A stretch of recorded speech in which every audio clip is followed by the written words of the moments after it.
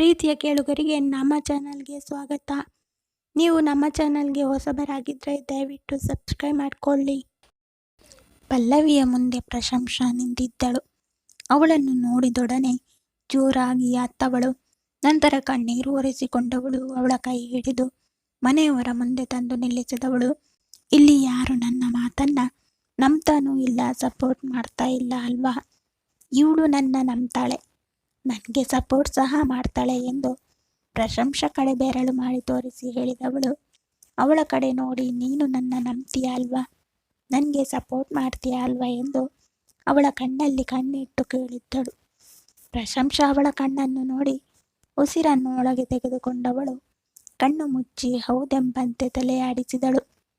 ನಿನಗೆ ಇಲ್ಲಿ ಏನಾಯಿತು ಅಂತ ಗೊತ್ತಿದೆಯಾ ಎಂದು ಪಲ್ಲವಿ ನಡೆದ ಘಟನೆ ವಿವರಿಸಲು ನೋಡಿದಾಗ ಪ್ರಶಂಸಾ ಅವಳ ತೋಳು ಹಿಡಿದಳು. ಅಕ್ಕ, ನನಗೆ ಎಲ್ಲ ಗೊತ್ತಿದೆ, ಆದರೆ ಇಲ್ಲಿ ಯಾರದು ತಪ್ಪು ಯಾರದು ಸರಿ ಅಂತ ವಿಮರ್ಶೆ ಮಾಡುವಷ್ಟು ದೊಡ್ಡವಳಲ್ಲ.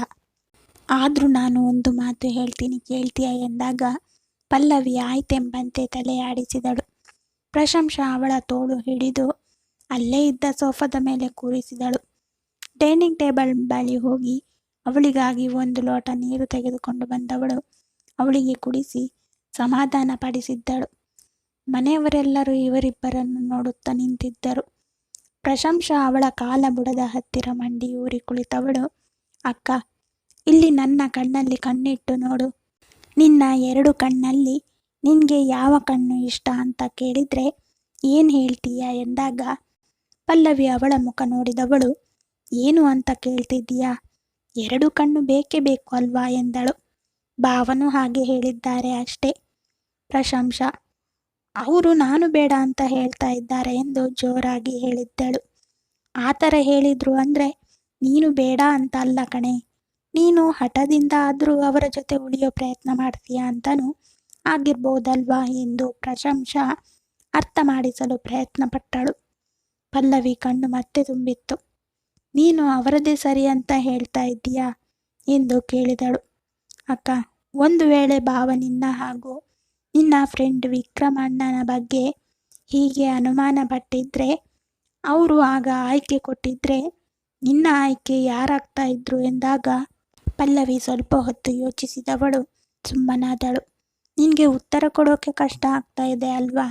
ಅದೇ ಪರಿಸ್ಥಿತಿ ಅಕ್ಕ, ಭಾವಂದು ಎಂದಳು ಪ್ರಶಂಸಾ ಅವಳು ಐ ಲವ್ ಯು ಅಂತ ಮೆಸೇಜ್ ಮಾಡಿದ್ದಾಳೆ. ಇದನ್ನು ನೋಡಿಯೂ ನಾನು ಸುಮ್ಮನೆ ಇರಬೇಕಾಗಿತ್ತಾ? ನೀನೇ ಹೇಳು. ಯಾಕಕ್ಕ, ಫ್ರೆಂಡ್ ಆ ಥರ ಹೇಳಬಾರ್ದಾ ಎಂಬ ಪ್ರಶಂಸಾಳ ಪ್ರಶ್ನೆಗೆ ಪಲ್ಲವಿಯ ಬಳಿ ಉತ್ತರವಿರಲಿಲ್ಲ. ಅಕ್ಕ, ಅಪ್ಪ ಹೇಳಿದ್ದು ನೆನಪಿದೆ ಅಲ್ವಾ? ಯಾರಿಗೇ ಆಗಿರಲಿ ಎರಡನೇ ಅವಕಾಶ ಕೊಡಬೇಕು. ಒಂದು ವೇಳೆ ಅವರು ಸರಿ ನಾವು ತಪ್ಪು ಅಂತ ಗೊತ್ತಾದರೆ ಅದರಷ್ಟು ನೋವು ಕೊಡೋ ವಿಚಾರ ಮತ್ತೊಂದಿಲ್ಲ ಅಂತ. ಭಾವ ನಿನಗೆ ಹರ್ಟ್ ಆಗಿದೆ ಏನೋ ಅಂದ್ಕೊಂಡು ಇಬ್ಬರೇ ಸ್ವಲ್ಪ ಹೊತ್ತು ಕಾಲ ಕಳಿಬೇಕು. ಕ್ಯಾಂಡಲ್ ಲೈಟ್ ಡಿನ್ನರ್ ಜೊತೆಗೆ ಕೇಕ್ ರೆಡಿ ಮಾಡೋಕೆ ಹೇಳಿದ್ದಾರೆ ನಿನಗೋಸ್ಕರ ಅಂತ ನಾನೇ ಕೈಯಾರ ಮಾಡಿದ್ದೀನಿ ನೋಡು. ಸರ್ಪ್ರೈಸ್ ಕೊಡಬೇಕು ಅಂತ ಇದ್ದಿದ್ದು, ಹೀಗೆ ಹೇಳೋ ಹಾಗಾಯಿತು ಎಂದಾಗ ಪಲ್ಲವಿ ಮನೋಜ್ ಕಡೆಗೊಮ್ಮೆ ನೋಡಿದಳು. ಅವನಿಗೆ ಇದು ಹೊಸ ವಿಷಯ ಆದ್ದರಿಂದ ಅವಳ ನೋಟವನ್ನು ಎದುರಿಸಲಾಗದೆ ಬೇರೆಲ್ಲೋ ನೋಡಿದ. ಅಕ್ಕ, ಈಗಲಾದರೂ ನಿನ್ನ ಸೂಟ್ ಕೇಸ್ ರೂಮ್ ಒಳಗಿಟ್ಟು ಫ್ರೆಶ್ ಆಗಿ ಬರ್ತೀಯಾ? ನನ್ನ ಮಾತು ಸರಿ ಅಂತ ಅನಿಸಿದ್ರೆ ಮಾತ್ರ ಹೋಗು ಎಂದು ಎದ್ದು ನಿಂತಳು ಪ್ರಶಂಸಾ. ಪಲ್ಲವಿಗೆ ಮೊದಲಿನಿಂದಲೂ ಅಷ್ಟೇ, ಪ್ರಶಂಸಾ ಏನೇ ಹೇಳಿದರೂ ಅವಳ ಮಾತುಗಳು ಸರಿ ಎಂದೆನಿಸುತ್ತಿತ್ತು. ಅವಳ ಕಣ್ಣುಗಳನ್ನು ನೋಡಿದ ತಕ್ಷಣ ಎಲ್ಲವೂ ಸರಿಯಾಗಿದೆ ಎನ್ನುವ ಭಾವ. ಪಲ್ಲವಿ ಹೆಚ್ಚು ಯೋಚಿಸದೆ ಸೂಟ್ ಕೇಸ್ ಹಿಡಿದು ತನ್ನ ರೂಮಿಗೆ ನಡೆದಳು. ಮನೋಜು ಪ್ರಶಂಸಾ ಕಡೆ ನೋಡಿ, ಈಗ ಆಗಿರೋದೇ ಸಾಕಾಗಿದೆ, ಮತ್ತೊಂದು ಸುಳ್ಳು ಬೇಕಿತ್ತಾ? ಒಂದು ವೇಳೆ ನಿಜ ಗೊತ್ತಾದರೆ ಇದಕ್ಕಿಂತ ದೊಡ್ಡ ಜಗಳ ಆಗುತ್ತೆ ಅಷ್ಟೇ ಎಂದ. ಕ್ಷಮೆ ಇರಲಿ, ಒಂದು ಸುಳ್ಳಿನಿಂದ ಹಾಳಾಗ್ತಾ ಇರೋ ಸಂಬಂಧಗಳನ್ನು ಸರಿಪಡಿಸ್ಬೋದು ಅಂತ ಅಪ್ಪ ಹೇಳೋರು. ನಾನು ಹಾಗೆ ಮಾಡಿದೆ ಅಷ್ಟೇ. ಆದರೆ ಒಂದು ವಿಷಯ ಗಮನಿಸಿಲ್ಲ ಅನಿಸುತ್ತೆ, ಅವಳಿಗೆ ನಾನು ಹೇಳ್ತಾ ಇರೋದು ಸುಳ್ಳು ಅಂತ ಗೊತ್ತಿದ್ದು ಹೋಗಿದ್ದಾಳೆ. ಮುಂದೆ ಯಾವುದೇ ತೊಂದರೆ ಆಗಲ್ಲ ಅಂತ ಭರವಸೆ ಕೊಡಬಲ್ಲೆ. ನಿಮ್ಮ ಕಡೆಯಿಂದ ಒಂದೇ ಒಂದು ಸಾರಿ ಅನ್ನೋ ಪದ ಸಾಕು, ಒಂದು ನಿಮಿಷದಲ್ಲಿ ಎಲ್ಲನೂ ಬದಲಾಗಿ ಬಿಡುತ್ತೆ. ಮುಂದೊಂದು ದಿನ ನೀವೇ ತಪ್ಪು ಮಾಡಿದ್ರು ಅಕ್ಕನೇ 1000 ಸಲ ಬೇಕಾದರೂ ಕ್ಷಮೆ ಕೇಳ್ತಾಳೆ. ಅಷ್ಟೊಂದು ಪ್ರೀತಿ ಇದೆ ನಿಮ್ಮ ಮೇಲೆ. ತಿರಸ್ಕಾರ ಅನ್ನೋ ಪದ ಯಾವತ್ತೂ ಅವಳ ಜೀವನದಲ್ಲಿ ಬಂದಿಲ್ಲ. ದಯವಿಟ್ಟು ನೀವು ಅವಳನ್ನು ತಿರಸ್ಕರಿಸೋಕೆ ಹೋಗಬೇಡಿ. ಅದನ್ನು ಅವಳು ಯಾವತ್ತೂ ಸಹಿಸಲ್ಲ. ನಾನು ಹೋಗಿ ಟೇಬಲ್ ಅರೇಂಜ್ ಮಾಡ್ತೀನಿ, ನೀವು ಹೋಗಿ ಫ್ರೆಶ್ ಆಗಿ ಬನ್ನಿ ಎಂದು ಹೊರಟು ಹೋದಳು. ಈ ಬಾರಿ ಸುಮಾರವರು ಪ್ರಶಂಸಳ ಒಳ್ಳೆಯ ಗುಣಕ್ಕೆ ಸೋತಿದ್ದರು. ಪುಟ್ಟ ಹುಡುಗಿಯಾದರೂ ಎಷ್ಟೊಂದು ಪ್ರಬುದ್ಧತೆ ಇದೆ ಎಂದೆನಿಸಿದ್ದು ಸುಳ್ಳಲ್ಲ. ಹೃದಾಂಶ್ ಇದ್ದ ಸಮಸ್ಯೆ ಬಗೆಹರಿಯಿತಲ್ಲವೆಂದುಕೊಂಡವನು ಮಗಳ ರೂಮಿಗೆ ಹೋದನು. ಪ್ರಶಂಸಾ ಜಯಮ್ಮನವರ ಸಹಾಯ ಪಡೆದು ಕ್ಯಾಂಡಲ್ ಲೈಟ್ ಡಿನ್ನರ್ಗೆ ಹೊರಗಡೆ ಟೇಬಲ್ ಇರಿಸಿ ಸಿದ್ಧಪಡಿಸಿದಳು. ಜೊತೆಗೆ ತಾನು ಪುನರ್ವಿಗೆಂದು ತಯಾರಿಸಿದ ಕೇಕನ್ನು ಟೇಬಲ್ ಮೇಲಿರಿಸಿ ಜೊತೆಗೆ ಚಾಕು ಇಟ್ಟವಳು ಒಳಬಂದಳು. ಪಲ್ಲವಿ ಫ್ರೆಶ್ ಆಗಿ ತಯಾರಾದಳು. ಮನೋಜ್ ಅವಳ ಕಡೆ ನೋಡಿದವನು ಸಾರಿ ಎಂದು ಹೇಳಿದ. ತಪ್ಪು ನಿಮ್ದಲ್ಲ, ನಂದೆ. ನಾನೇ ಅನುಮಾನ ಪಟ್ಟಿದ್ದು, ಸಾರಿ ಎಂದು ಪಲ್ಲವಿ ತಪ್ಪೊಪ್ಪಿಕೊಂಡಾಗ ಮನೋಜ್ಗೆ ಆಶ್ಚರ್ಯವಾಗಿತ್ತು. ಅರ್ಧ ಗಂಟೆಗಿಂತ ಮೊದಲು ಜಗಳ ಆಡಿದವಳು ಇವಳೇನಾ ಅನಿಸಿದಾಗ ಪ್ರಶಂಸಾ ಹೇಳಿದ ಮಾತುಗಳು ನೆನಪಾಗಿ ನಗು ಮೂಡಿತ್ತು. 5 ನಿಮಿಷ ಫ್ರೆಶ್ ಆಗಿ ಬರ್ತೀನಿ, ವೇಟ್ ಮಾಡು, ಜೊತೆಗೆ ಹೋಗೋಣ ಎಂದು ಮನೋಜ್ ಹೇಳಿದಾಗ ಪಲ್ಲವಿಯ ಸಂತೋಷಕ್ಕೆ ಪಾರವೇ ಇಲ್ಲ. ಆಯ್ತೆಂಬಂತೆ ತಲೆ ಆಡಿಸಿದಳು. ಹೃದಾಂಶ್ ಪುನರ್ವಿ ರೂಮಿಗೆ ಬಂದಾಗ ಪುನರ್ವಿ ಬೇಸರದಿಂದ ನೀವಾ ಎಂದಳು. ಹೃದಾಂಶ್ ಆಶ್ಚರ್ಯದಿಂದ ಅವಳ ಹತ್ತಿರ ಬಂದು ಕುಳಿತವನು ಯಾಕ್ ಪುಟ್ಟ, ನಾನು ಬಂದಿದ್ದು ಇಷ್ಟ ಆಗಿಲ್ವಾ ಎಂದು ಪ್ರಶ್ನೆ ಮಾಡಿದ. ಆಗಲ್ಲ ಪಾಪ, ನಾನು ಹಂಸ ಹತ್ರ ಕೇಕ್ ಮಾಡೋಕೆ ಹೇಳಿದ್ದೆ, ಅವರೇ ಬಂದ್ರೇನೋ ಎಂದು ಮತ್ತೆ ಬಾಗಿಲ ಕಡೆ ನೋಡಿದಳು. ಹೃದಾಂಶ್ಗೆ ಆಗ ತಿಳಿಯಿತು ಆ ಕೇಕ್ ಮಾಡಿದ್ದು ಪುನರ್ವಿಗೆಂದು. ಆದರೆ ಪ್ರಶಂಸಾ ಅದನ್ನು ಮನೋಜ್ ಮತ್ತು ಪಲ್ಲವಿಗೆ ನೀಡಿದ್ದಳು. ಈ ವಿಷಯವನ್ನು ಹೇಳಿ ಬೇಸರ ಮಾಡುವ ಬದಲು ಹೇಳದೆ ಸುಮ್ಮನಿರುವುದೇ ಒಳಿತೆಂದುಕೊಂಡವ ಸ್ವಲ್ಪ ಹೊತ್ತು ಅವಳ ಜೊತೆ ಹರಟೆ ಹೊಡೆದ. ಆದರೆ ಅವಳ ಗಮನವೆಲ್ಲ ಬಾಗಿಲ ಕಡೆಗೆ ಇತ್ತು. ರಾತ್ರಿ 12 ಗಂಟೆಯ ಹೊತ್ತಿಗೆ ಪ್ರಶಂಸಾ ರೂಮಿಗೆ ಬಂದಿದ್ದಳು. ಪುನರ್ವಿ ಕಾದು ಸುಸ್ತಾಗಿ ನಿದ್ದೆ ಹೋಗಿದ್ದಳು. ಅವಳ ಕೆನ್ನೆಗೆ ಮುತ್ತಿಟ್ಟ ಪ್ರಶಂಸಾ ಸರಿಯಾಗಿ ಮಲಗಿಸಿದಳು. ನಾಳೆ ಅವಳ ಕೋಪವನ್ನು ಹೇಗೆ ಕಡಿಮೆ ಮಾಡುವುದೆಂದು ಯೋಚಿಸುತ್ತಾ ಮಲಗಿದಳು. ಎಲ್ಲರೂ ಸುಖವಾದ ನಿದ್ದೆಗೆ ಜಾರಿದ್ದರು. ಶಶಿಯವರು ಮಾತ್ರ 1 ನಿಮಿಷವೂ ನಿದ್ದೆ ಮಾಡಲಿಲ್ಲ. ಮತ್ತೆ ಸೋತಿರುವುದಕ್ಕೆ ಕಾರಣ ಹುಡುಕತೊಡಗಿದ್ದರು. ಇದರಿಂದಾಗಿ ಮುಂದೆ ಏನು ಅನಾಹುತವಾಗುವುದೋ ಯಾರಿಗೂ ತಿಳಿದಿಲ್ಲ. ಇದರ ನಡುವೆ ಪ್ರಶಂಸಾ ಮನೆಯವರ ಮನದಲ್ಲಿ ಸ್ವಲ್ಪವೇ ಜಾಗ ಪಡೆದಿದ್ದಳು. ಹೃದಾಂಶ್ ಮನಸ್ಸು ಮಾತ್ರ ಬದಲಾಗಿರಲಿಲ್ಲ.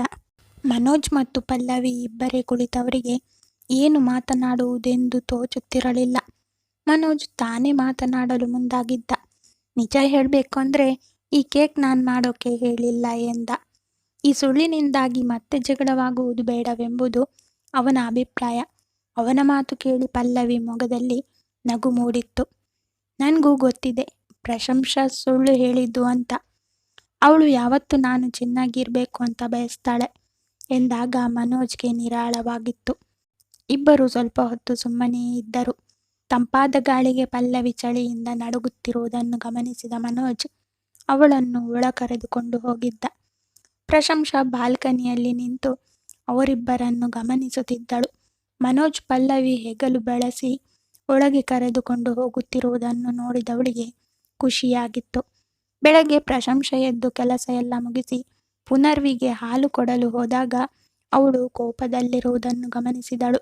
ಇವಳನ್ನು ನೋಡಿದ ಕೂಡಲೇ ಮುಖವನ್ನು ಬೇರೆಡೆಗೆ ತಿರುಗಿಸಿದಳು. ಪ್ರಶಂಸಾ ನಗುತ್ತಾ ಹಾಲನ್ನು ಟೇಬಲ್ ಮೇಲಿಟ್ಟು ಅವಳ ಮುಖವನ್ನು ತನ್ನತ್ತ ತಿರುಗಿಸಿಕೊಂಡವಳು ಯಾಕೆ ಪುನರ್ವಿ ಪುಟ್ಟ, ಬೆಳಗ್ಗೆನೆ ಕೋಪ ಮಾಡಿಕೊಂಡಿದ್ದಾಳೆ ಎಂದು ಗಲ್ಲ ಹಿಡಿದು ಕೇಳಿದಾಗ ಅವಳ ಕೈ ಸರಿಸಿದವಳು ಯಾಕೆ ಅಂತ ನಿಮಗೆ ಗೊತ್ತಿಲ್ವಾ, ನನ್ನ ಕೇಕ್ ಎಲ್ಲಿ ಎಂದು ತುಟಿಯುಬ್ಬಿಸಿ ಕೇಳಿದಳು. ಹೋ ಅದಕ್ಕ ಇಷ್ಟು ಕೋಪ ಎಂದಾಗ ಮತ್ತೆ ಮುಖ ತಿರುಗಿಸಿಕೊಂಡಳು ಪುನರ್ವಿ. ಅವಳ ಕಿವಿಗಳು ಮಾತ್ರ ಪ್ರಶಂಸಳ ಮಾತುಗಳನ್ನು ಕೇಳಿಸಿಕೊಳ್ಳುತ್ತಿದ್ದವು.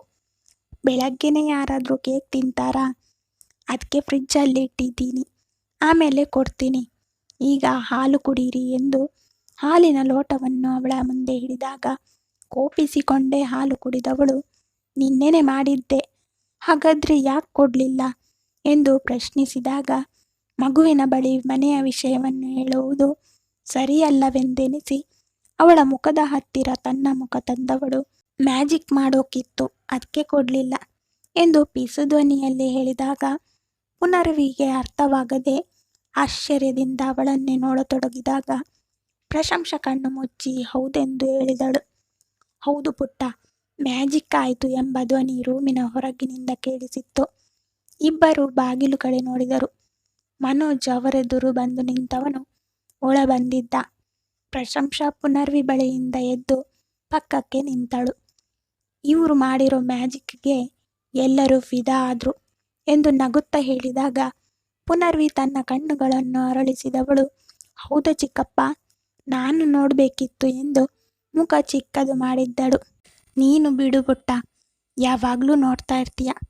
ಈಗ ನಾವು ತಿಂಡಿ ಮಾಡಬೇಕು, ಕೆಳಗೆ ಹೋಗೋಣ ಎಂದವ ಅವಳನ್ನೆತ್ತಿಕೊಂಡು ಕೆಳಗೆ ಬಂದಿದ್ದ.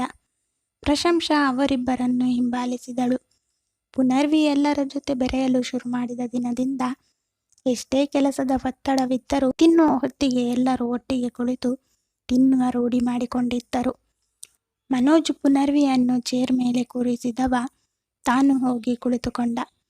ಪ್ರಶಂಸ ಆಗಲೇ ಅಡುಗೆ ಮನೆ ಸೇರಿಕೊಂಡಿದ್ದಳು. ಜಯಮ್ಮನವರು ಎಲ್ಲರಿಗೂ ಬಡಿಸಿದಾಗ ಪುನರ್ವಿ ಅವರ ಕಡೆ ನೋಡಿ ಹಂಸ ಎಂದಳು. ಜಯಮ್ಮನವರು ಅಡುಗೆ ಮನೆಯಲ್ಲಿ ಇದ್ದಾರೆ ಎಂದರು. ಹಂಸ 1 ನಿಮಿಷ ಬನ್ನಿ ಎಂದು ಪುನರ್ವಿ ಕರೆದಿದ್ದಳು. ಮನೆಯವರೆಲ್ಲರೂ ತಿನ್ನುವುದನ್ನು ಬಿಟ್ಟು ಅವಳ ಕಡೆ ನೋಡಿದ್ದರು. ಹಂಸ ಎಲ್ಲರ ಮುಂದೆ ಬಂದು ನಿಂತವಳು ಪುನರ್ವಿಯ ಕಡೆ ನೋಡಿದಳು. ನೀವು ತಿಂಡಿ ತಿನ್ನಲ್ವಾ ಎಂದು ಪುನರ್ವಿ ಪ್ರಶ್ನಿಸಿದಾಗ ಹಂಸ ತುಟಿಯರಳಿಸಿದವಳು, ನೀನು ತಿಂಡಿ ತಿನ್ನು ಪುಟ್ಟ, ನಾನು ಆಮೇಲೆ ಮಾಡ್ತೀನಿ ಎಂದು ಹೇಳಿದಾಗ ಅವರಿಬ್ಬರ ಸಂಭಾಷಣೆಯನ್ನು ಆಲಿಸಿದ ಶಶಿ ಅವರಿಗೆ ಕೋಪ ಬಂದಿತ್ತು. ಬನ್ನಿ ಇಲ್ಲಿ ಕೂತ್ಕೊಳ್ಳಿ, ಎಲ್ಲರೂ ಒಟ್ಟಿಗೆ ತಿಂಡಿ ತಿನ್ನೋಣ ಎಂದು ತನ್ನ ಪಕ್ಕದಲ್ಲಿ ಖಾಲಿ ಇದ್ದ ಚೇರ್ ಕಡೆ ತೋರಿಸಿ ಹೇಳಿದಾಗ ಹಂಸ ಅವಳ ಮಾತಿಗೆ ತಬ್ಬಿಬ್ಬಾದಳು. ಅಷ್ಟೊತ್ತು ಸುಮ್ಮನೆ ಇದ್ದ ಹರದಾಂಶ್ ಎದ್ದು ನಿಂತಿದ್ದ. ಪುನರ್ವಿ ಎದ್ದು ನಿಂತವನ ಕಡೆ ನೋಡಿದವಳು, ಪಪ್ಪ, ಇವತ್ತು ನೀವು ಎದ್ದು ಹೋದರೆ ಇನ್ಯಾವತ್ತು ನಾನು ನಿಮ್ಮೆಲ್ಲರ ಜೊತೆ ಕೂತ್ಕೊಂಡು ತಿನ್ನಲ್ಲ ಎಂದವಳು ಅವನನ್ನು ಕೂರುವಂತೆ ಮಾಡಿದ್ದಳು. ಪುನರ್ವಿಯ ಮಾತಿನ್ನೂ ಮುಗಿದಿರಲಿಲ್ಲ. ಪಪ್ಪ ಮಾತ್ರ ಅಲ್ಲ, ಈ ಮನೆಯಲ್ಲಿ ಎಲ್ಲರಿಗೂ ಸೇರಿಸಿ ಹೇಳ್ತಾ ಇದ್ದೀನಿ, ಇನ್ಮೇಲಿಂದ ನಮ್ಮೆಲ್ಲರ ಜೊತೆ ಹಂಸನು ಕೂತ್ಕೋತಾರೆ. ಜೊತೆಗೆ ಅವರು ನನ್ನ ಜೊತೆ ನನ್ನ ರೂಮಲ್ಲಿ ಇರ್ತಾರೆ. ನಿಮಗೆ ಇಷ್ಟ ಇಲ್ಲ ಅಂದರೆ ಹೇಳ್ಬೋದು, ನಾನೇ ಅವರ ಜೊತೆ ಹೋಗಿ ಔಟ್ ಹೌಸಲ್ಲಿ ಇರ್ತೀನಿ ಎಂದು ಹೇಳಿದಾಗ ಯಾರೂ ಅವಳ ಮಾತಿಗೆ ವಿರೋಧವಾಡಲಿಲ್ಲ. ಪ್ರಶಂಸ ಮಾತ್ರ ಹಾಗೆ ನಿಂತಿದ್ದಳು. ಪುನರ್ವಿ ಅವಳ ಕಡೆ ನೋಡಿ, ನಿಮಗೆ ಹೇಳಿದ್ದು ನಾನು, ಬನ್ನಿ ಕೂತ್ಕೊಳ್ಳಿ ಎಂದಾಗಲೂ ಅವಳು ಮಿಸುಕಾಡಲಿಲ್ಲ. ಅಣ್ಣ ನೋಡು, ನಿನ್ನ ಮೊಮ್ಮಗಳು ಎಷ್ಟೊಂದು ಬೆಳೆದಿದ್ದಾಳೆ ಅಂತ ಶಶಿ ಅವರು ಗೌತಮ್ ಅವರ ಕಡೆ ನೋಡಿ ಹೇಳಿದಾಗ ಗೌತಮ್ ಅವರು ಏನು ಮಾತನಾಡದೆ ತಿಂಡಿ ತಿನ್ನತೊಡಗಿದರು. ನೀವೀಗ ಬಂದು ಕೂತ್ಕೊಳ್ಳಿಲ್ಲ ಅಂದರೆ ನಾನು ಇನ್ಯಾವತ್ತೂ ನಿಮ್ಮ ಹತ್ತಿರ ಮಾತನಾಡಲ್ಲ, ನಾನು ಏನೂ ತಿನ್ನೋದೂ ಇಲ್ಲ ಎಂದು ಗಂಭೀರವಾಗಿ ಹೇಳಿ ತಿನ್ನದೆ ಕುಳಿತಾಗ ಪ್ರಶಂಸ ಹೆಚ್ಚು ಯೋಚಿಸದೆ ಅವಳ ಪಕ್ಕ ಕುಳಿತುಕೊಂಡಳು. ಜಯಮ್ಮನವರಿಗಂತೂ ತುಂಬ ಖುಷಿಯಾಗಿತ್ತು. ಓಡಿ ಬಂದು ಅವಳ ಎದುರು ತಟ್ಟೆ ಇಟ್ಟು ಬಡಿಸಿದರು. ಪ್ರಶಂಸ ಮನೆಯವರ ಕಡೆ ಕತ್ತೆತ್ತಿಯೋ ನೋಡುವ ಧೈರ್ಯ ಮಾಡಲಿಲ್ಲ. ಆದರೆ ತನ್ನಿಂದಾಗಿ ಯಾರೂ ತಿಂಡಿ ತಿನ್ನದೆ ಎದ್ದು ಹೋಗಬಾರದೆಂದುಕೊಂಡವಳು ತಿನ್ನದೆ ಹಾಗೆ ಕುಳಿತುಕೊಂಡಳು. ಪುನರ್ವಿಗೆ ಅವಳು ತಿನ್ನದೆ ಕುಳಿತಿರುವುದು ನೋಡಿ ಕೋಪ ಹೆಚ್ಚಾಯಿತು. ನಾನು ಹೀಗೆ ಹೇಳಿದರೆ ನೀವು ಕೇಳಲ್ಲ ಅಲ್ವಾ ಎಂದವಳು ಅವಳ ಹತ್ತಿರ ಬಾಗಿ ತಟ್ಟೆಯನ್ನು ಎಳೆದವಳು ತಟ್ಟೆಯಲ್ಲಿದ್ದ ಇಡ್ಲಿಯನ್ನು ಮುರಿದು ಸಾಂಬಾರ್ ಜೊತೆ ಬೆರೆಸಿ ಅವಳ ಬಾಯಿಯ ಹತ್ತಿರ ತಂದಳು. ಪ್ರಶಂಸಳನ್ನು ಸೇರಿಸಿ ಮನೆಯವರು ಅವಳಿಂದ ಇದನ್ನು ನಿರೀಕ್ಷೆ ಮಾಡಿರಲಿಲ್ಲ. ಎಲ್ಲರೂ ಆಶ್ಚರ್ಯದಿಂದ ಅವಳೆಡೆ ನೋಡಿದರು. ಪ್ರಶಂಸ ಕಣ್ಣುಗಳು ತುಂಬಿಕೊಂಡಿತ್ತು. ಪುನರ್ವಿಯ ಪ್ರೀತಿಗೆ ಸೋತು ಬಾಯಿ ತೆರೆದು ಅವಳು ಕೊಟ್ಟ ತುತ್ತನ್ನು ತಿನ್ನತೊಡಗಿದಳು. ಪುನರ್ವಿ ಅವಳ ಕಣ್ಣುಗಳಲ್ಲಿರೋ ನೀರು ನೋಡಿ, ಈಗ ಯಾಕೆ ಅಳ್ತಾ ಇರೋದು ಎಂದು ಗದರಿದಾಗ ಪ್ರಶಂಸ ಕಣ್ಣೀರು ಒರೆಸಿಕೊಂಡವಳು ಏನಿಲ್ಲವೆಂದು ತಲೆಯಾಡಿಸಿದಾಗ ಅವಳು ಮತ್ತೊಂದು ತುತ್ತು ಬಾಯಿಯ ಹತ್ತಿರ ತಂದಾಗ ಪ್ರಶಂಸಾ ಅವಳ ಕೈಯನ್ನು ತಡೆದವಳು, ನನಗೆ ಹೊಟ್ಟೆ ತುಂಬಿತು, ನೀನು ಊಟ ಮಾಡು ಪುಟ್ಟ ಎಂದು ಎದ್ದು ಹೊರಗೆ ಹೊರಟು ಹೋದಳು. ಪುನರ್ವಿ ಅವಳು ಹೋದತ್ತಲೇ ನೋಡಿದವಳು ಒಂದೆರಡು ತುತ್ತು ತಿಂದು ಮುಗಿಸಿದ್ದಳು. ಶಶಿಯವರು ಅವಳ ಕಡೆ ನೋಡುತ್ತಾ ಕೋಪದಿಂದ ತಿಂಡಿ ತಿನ್ನದೆ ಎದ್ದು ಹೋದರು. ಗೌತಮ ಅವರು ಮತ್ತು ಸುಮಾರವರು ಸ್ವಲ್ಪ ತಿಂದು ರೂಮಿಗೆ ಹೊರಟರು. ಮನೋಜ್ ಮತ್ತು ಪಲ್ಲವಿಗೆ ಇದನ್ನು ನೋಡಿ ಖುಷಿಯಾಗಿದ್ದಂತೂ ಸುಳ್ಳಲ್ಲ. ಅವರಿಬ್ಬರೂ ಹೊಟ್ಟೆ ತುಂಬ ತಿಂದಿದ್ದರು. ಆದರೆ ಬೇಸರವಾಗಿದ್ದು ಹೃದಾಂಶ್ ಮಾತ್ರ. ಅಷ್ಟೊಂದು ಪ್ರೀತಿ ತನ್ನ ಮೇಲೆ ಎಂದೂ ತೋರಿಸಿಲ್ಲವೆಂದು. ಪ್ರಶಂಸಾ ತುಂಬ ಹೊತ್ತು ಹೊರಗೆ ಕುಳಿತಿದ್ದಳು. ಪುನರ್ವಿಯಿಂದ ಮನಸ್ಸಿಗೆ ನೆಮ್ಮದಿ ದೊರಕಿತ್ತು. ಪಲ್ಲವಿ ಅವಳನ್ನೇ ಅರಸುತ್ತಾ ಅವಳಿದ್ದಲ್ಲಿಗೆ ಬಂದು ನಿಂತಿದ್ದಳು. ನೀನು ಇಲ್ಲಿ ಇದ್ದೀಯಾ? ಮನೆಯೆಲ್ಲ ಹುಡುಕಾಡ್ದೆ ನೋಡು ಎಂದಾಗ ಹಂಸ ವಾಸ್ತವಕ್ಕೆ ಬಂದವಳು ಕತ್ತೆತ್ತಿ ನಿಂತವಳ ಕಡೆ ನೋಡಿ, ಯಾಕಕ್ಕ, ಏನಾದರೂ ಬೇಕಿತ್ತ ಎಂದು ಪ್ರಶ್ನಿಸಿದಾಗ ಪಲ್ಲವಿ ಅವಳ ಪಕ್ಕ ಕುಳಿತುಕೊಂಡು ಹೇಳಲಾನುವಾದಳು. ಮನೋಜ್ಗೆ ನಾನೇ ಮಧ್ಯಾಹ್ನ ಊಟ ತಗೊಂಡು ಹೋಗೋಣ ಅಂತ ಅಂದ್ಕೊಂಡಿದ್ದೀನಿ. ಒಬ್ಬಳೇ ಹೋಗೋಕೆ ಮುಜುಗರ, ನೀನು ಜೊತೆ ಇದ್ರೆ ಸ್ವಲ್ಪ ಧೈರ್ಯ ಎಂದು ರಾಗವೆಳೆದವಳು ಅವಳ ಮುಖ ನೋಡಿದಳು ಉತ್ತರಕ್ಕಾಗಿ. ಪ್ರಶಂಸಾ ಗಾಬರಿಯಿಂದ ಎದ್ದು ನಿಂತವಳು, ಅಕ್ಕ, ನಾನಾ? ಮನೆಯಲ್ಲಿ ಕೇಳಿದ್ರೆ ಏನು ಹೇಳೋದು ಎಂದಳು. ಪಲ್ಲವಿ ನಗುತ್ತಾ ಎದ್ದು ನಿಂತವಳು, ಮನೆಯವರನ್ನ ನಾನು ಒಪ್ಪಿಸ್ತೀನಿ, ನೀನು ಬರಬೇಕು ಅಷ್ಟೇ ಎಂದು ಒಳ ಹೋದಾಗ ಪ್ರಶಂಸಾ ಪುನರ್ವಿಗೆ ಹೇಳಿ ಹೋಗಬೇಕೆಂದುಕೊಂಡವಳು ಅವಳ ರೂಮಿಗೆ ಬಂದಿದ್ದಳು. ಪುನರ್ವಿ ಬಿಳಿ ಹಾಳೆ ಹಿಡಿದು ಏನೋ ಗೀಚುತ್ತಿದ್ದಳು. ಪ್ರಶಂಸಾ ಅವಳನ್ನು ನೋಡಿ ನಗುತ್ತಾ ಹತ್ತಿರ ಬಂದು ಅವಳು ಏನು ಗೀಚುತ್ತಿರುವಳೆಂದು ನೋಡಿದಳು. ಹಾಳೆಯ ಮೇಲೆ ಸುಂದರವಾದ ಬಾರ್ಬಿ ಡಾಲ್ ಚಿತ್ರ ಬಿಡಿಸಿದ್ದಳು. ತುಂಬ ಚೆನ್ನಾಗಿ ಬಿಡಿಸಿದ್ದೀಯ ಪುಟ್ಟ, ನನಗೂ ಇಂತಹದ್ದೇ ಒಂದು ಬಾರ್ಬಿ ಡಾಲ್ ಮಾಡಿಕೊಡ್ತೀಯಾ? ನೀನು ಮಾಡುವಷ್ಟರೊಳಗೆ ನಾನು ಹೊರಗಡೆ ಹೋಗಿ ಬಂದು ಬಿಡ್ತೀನಿ ಎಂದಳು. ಪ್ರಶಂಸಾ ತಾನು ಬಿಡಿಸಿದ ಚಿತ್ರವನ್ನು ಹೊಗಳಿದಾಗ ಖುಷಿಯಾಗಿದ್ದ ಪುನರ್ವಿ ಮುಖದಲ್ಲಿ ನಗು ಮಾಯವಾಯಿತು. ನಾನು ನಿಮ್ಮ ಜೊತೆ ಬರ್ತೀನಿ ಎಂದು ಬೇಡಿಕೆಯನ್ನಿಟ್ಟಳು ಪುನರ್ವಿ. ಪ್ರಶಂಸಾಗೆ ಏನು ಮಾಡಬೇಕೆಂದು ತೋಚದೆ ಯೋಚಿಸಿದಳು. ಪಲ್ಲವಿಯ ಬಳಿ ಹೇಳಿ ಒಪ್ಪಿಸಿದರಾಯಿತೆಂದುಕೊಂಡವಳು ಒಪ್ಪಿಗೆ ನೀಡಿದಳು. ನಾವು ಎಲ್ಲಿಗೆ ಹೋಗ್ತಾ ಇದ್ದೀವಿ ಎಂದು ಕುತೂಹಲದಿಂದ ಕೇಳಿದಳು ಪುನರ್ವಿ.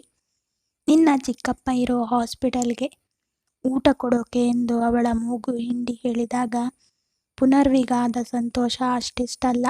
ಹೃದಾಂಶ್ ಅಲ್ಲೇ ಇರುವುದೆಂದು ತಿಳಿದಿತ್ತವಳಿಗೆ. ಅವನಿಗೆ ತಾನು ಹೋಗಿ ಸರ್ಪ್ರೈಸ್ ನೀಡಬೇಕೆಂದು ಮನದಲ್ಲೇ ನಿಶ್ಚಯಿಸಿದಳು. ಪ್ರಶಂಸಾ ಪಲ್ಲವಿಯ ಬಳಿ ಪುನರ್ವಿಯ ಬೇಡಿಕೆ ಮುಂದಿಟ್ಟಾಗ ಪಲ್ಲವಿ ಅದನ್ನು ಗೌತಮ ಅವರು ಮತ್ತು ಸುಮಾರ್ ಅವರ ಮುಂದಿಟ್ಟರು. ಮೊದಲು ಇಬ್ಬರೂ ಒಪ್ಪದೇ ಇದ್ದಾಗ ಪಲ್ಲವಿ ತಾನೇ ಅವಳ ಜವಾಬ್ದಾರಿ ತೆಗೆದುಕೊಳ್ಳುವೆ ಎಂದು ತಿಳಿಸಿದಾಗ ಒಪ್ಪಿಗೆ ಕೊಟ್ಟರು. ಮೂವರನ್ನು ಹೊತ್ತ ಕಾರು ಸಂಜೀವಿನಿ ಮಲ್ಟಿ ಸ್ಪೆಷಾಲಿಟಿ ಹಾಸ್ಪಿಟಲ್ ಕಡೆ ಮುಖ ಮಾಡಿತ್ತು. ಮೂವರು ಕಾರಿನಿಂದ ಇಳಿದರು. ಪ್ರಶಂಸಾ ವೀಲ್ ಚೇರ್ ಅನ್ನು ದೂಡಿಕೊಂಡು ಪಲ್ಲವಿಯ ಜೊತೆ ಹಾಸ್ಪಿಟಲ್ ಕಡೆ ಹೆಜ್ಜೆ ಹಾಕಿದರು. ಪಲ್ಲವಿಗೆ ಮೊದಲ ಬಾರಿಗೆ ಹಾಸ್ಪಿಟಲ್ಗೆ ಮನೋಜ್ ನೋಡಲು ಬಂದಿರುವುದರಿಂದ ಏನೋ ಮುಜುಗರ. ರಿಸೆಪ್ಷನ್ ಕೌಂಟರ್ ಬಳಿ ವಿಚಾರಿಸಿದಾಗ ಅವನಿರುವ ಚೇಂಬರ್ ತಿಳಿಸಿದರು. ಅಕ್ಕ, ನೀನು ಹೋಗಿ ಬಾ, ನಾವಿಲ್ಲೇ ವೇಟ್ ಮಾಡ್ತೀವಿ ಎಂದ ಪ್ರಶಂಸಾ ಅವರಿಬ್ಬರ ಮಧ್ಯೆ ತಾವಿಬ್ಬರು ಯಾಕೆ ಎಂದು ಯೋಚಿಸಿದವಳು ಅವಳನ್ನು ಕಳುಹಿಸಿದ್ದಳು. ಪಲ್ಲವಿ ಹೊರಟು ಹೋದ ನಂತರ ಇಬ್ಬರು ಹಾಸ್ಪಿಟಲನ್ನು ವೀಕ್ಷಿಸಿದರು. ಎಲ್ಲಿ ನೋಡಿದರೂ ಪೇಷಂಟ್ಗಳು. ಅವರ ಜೊತೆಗೆ ಇರುವ ಮನೆಯವರಲ್ಲಿರೋ ಆತಂಕ ಎದ್ದು ಕಾಣುತ್ತಿತ್ತು. ಪ್ರಶಂಸಾ ಕುಳಿತಿದ್ದವಳಿಗೆ ಕೈಯಲ್ಲಿರೋ ಪರ್ಸ್ ನೋಡುತ್ತಾ ಕುಳಿತವಳು ತಟ್ಟನೆ ಏನೋ ನೆನಪಾದಂತಾಗಿ ರಿಸೆಪ್ಷನ್ ಕೌಂಟರ್ ಬಳಿ ಹೋದವಳು ಚಿಲ್ಡ್ರನ್ಸ್ ಸ್ಪೆಷಲಿಸ್ಟ್ ಇದ್ದಾರಾ ಎಂದು ವಿಚಾರಿಸಿದವಳು ಪುನರ್ವಿ ಹೆಸರಲ್ಲಿ ಬಿಲ್ ಮಾಡಿಸಿ ಪುನರ್ವಿ ಬಳಿ ಬಂದು ವೀಲ್ ಚೇರ್ ದೂಡುತ್ತಾ ಚಿಲ್ಡ್ರನ್ಸ್ ಸ್ಪೆಷಲಿಸ್ಟ್ ಇದ್ದ ರೂಮಿನ ಹತ್ತಿರ ನಿಲ್ಲಿಸಿದಳು. ಒಂದು 5 ಜನ ಮಕ್ಕಳು ಮತ್ತು ಪೋಷಕರು ಕಾಯುತ್ತಾ ಕುಳಿತಿದ್ದರು. ಪುನರ್ವಿಗೆ ಒಂದು ಕ್ಷಣ ಖುಷಿಯಾಗಿತ್ತು. ಆದರೆ ಮತ್ತೆ ಏನೋ ನೆನಪಾಗಿ ಹಂಸ, ಬನ್ನಿ ನಾವು ಹೋಗೋಣ ಎಂದಳು. ಪ್ರಶಂಸಾ ಅವಳ ಮುಂದೆ ಕುಳಿತವಳು, ನನಗೆ ಗೊತ್ತು ಪುಟ್ಟ, ನಿನಗೆ ಭಯ ಆಗ್ತಿದೆ ಅಂತ. ಆದರೆ ಒಂದು ಸಲಿ ನಿನ್ನ ಆರೋಗ್ಯ ಸರಿ ಇದೆಯಾ ಇಲ್ವಾ ಚೆಕಪ್ ಮಾಡಿಸೋಣ ಅಂತ. ನಾನಿದ್ದೀನಿ, ಭಯ ಪಡಬೇಡ, ಡಾಕ್ಟರ್ ಏನೂ ಮಾಡಲ್ಲ ಎಂದು ಧೈರ್ಯ ತುಂಬಲು ಪ್ರಯತ್ನಿಸಿದಳು. ನಾನು ಹೇಳಿದ್ದು ಅದಲ್ಲ ಎಂದಾಗ ಪ್ರಶಂಸೆ ಎದ್ದು ನಿಂತು ತುಟಿ ಮೇಲೆ ತೋರು ಬೆರಳಿಟ್ಟು ಸುಮ್ಮನಿರಲು ಹೇಳಿದವಳು ತಾವು ಜೋರಾಗಿ ಮಾತನಾಡಿದರೆ ಅವಳ ಪಕ್ಕ ಇದ್ದ ಚಿಕ್ಕ ಮಗುವಿಗೆ ತೊಂದರೆಯಾಗುತ್ತೆ ಎಂದು ಕಣ್ಸನ್ನೆಯಲ್ಲಿ ಹೇಳಿದಾಗ ಪುನರ್ವಿಗೆ ಏನು ತೋಚದಾಯಿತು. 5 ಮಕ್ಕಳ ನಂತರ ಕೊನೆಯದಾಗಿ ಪುನರ್ವಿಯ ಹೆಸರು ಸಿಸ್ಟರ್ ಕರೆದಾಗ ಪುನರ್ವಿ ಪ್ರಶಂಸಾ ಕಡೆ ನೋಡಿ ಪ್ಲೀಸ್ ಪ್ರಶಂಸಾ ಬೇಡ ಎಂದಾಗ ಅವಳ ಮಾತುಗಳನ್ನು ಕೇಳಿಸಿಕೊಳ್ಳದಂತೆ ಒಳಗೆ ಹೋಗಿದ್ದಳು. ಕತೆ ಮುಂದುವರಿಯುವುದು. ಈ ಕತೆ ಇಷ್ಟ ಆಗಿದ್ದರೆ ಲೈಕ್ ಮಾಡಿ, ಸಬ್ಸ್ಕ್ರೈಬ್ ಮಾಡದವರು ದಯವಿಟ್ಟು ಸಬ್ಸ್ಕ್ರೈಬ್ ಮಾಡಿಕೊಳ್ಳಿ. ಧನ್ಯವಾದ.